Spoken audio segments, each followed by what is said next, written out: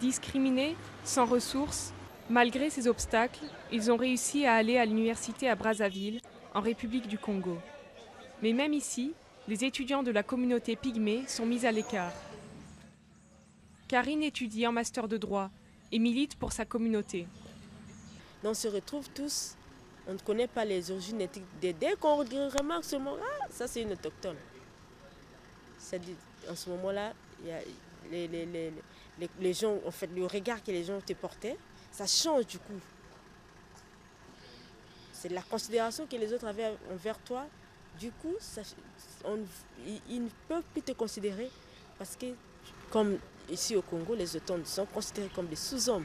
Les pygmées mesurent environ 1,50 m et sont appelés autochtones au Congo-Brazzaville, car ils sont considérés comme étant les premiers habitants de la région. On en compte environ 500 000 en Afrique centrale. Mais leur mode de vie n'est pas toujours bien compris. Ils ont leur culture bizarre, ils taillent des dents, ils mangent des trucs bizarres, tu vois. Des insectes et des plantes que nous on ne mange pas à la cité. Eux ils mangent ça, donc du coup ça fait un peu peur, leur connaissance de la nature. Avec l'expansion des routes et des villes, de nombreux pygmées ont quitté la forêt, où ils vivaient de chasse et de cueillette.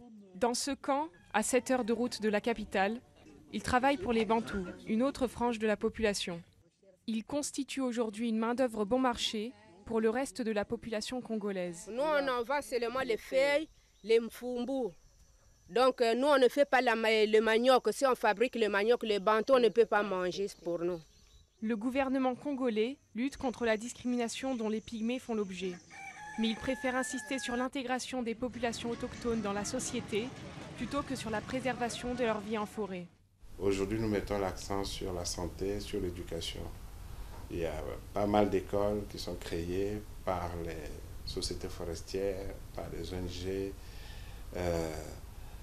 par le gouvernement aussi, pour élever le niveau éducatif des autochtones. Et puis c'est par l'éducation aussi que demain, ils seront plus influents dans la prise de décision. La route est encore longue avant de voir les habitudes et les mentalités changer.